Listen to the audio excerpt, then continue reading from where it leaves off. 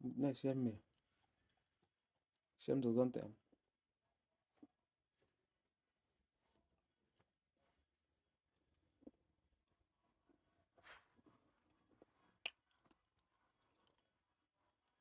bọn xin tổ chức thế nào nghe bôi khác vậy rồi khép thật là của em mà nè không riêng thổi viết là tên khép thập thấp tụ thành nhà mà một bữa thấy thật sẽ là tụ cơ cái này vậy một đôi xem rất là hay thuyền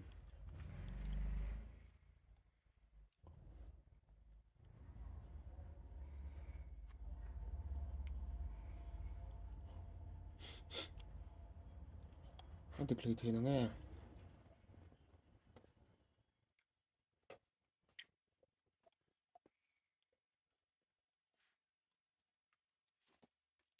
lúc buổi tối chơi mì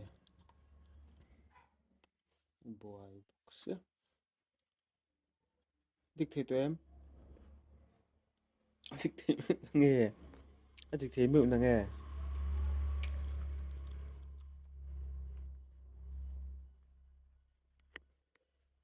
ừ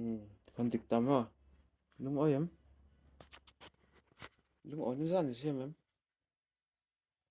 nó thở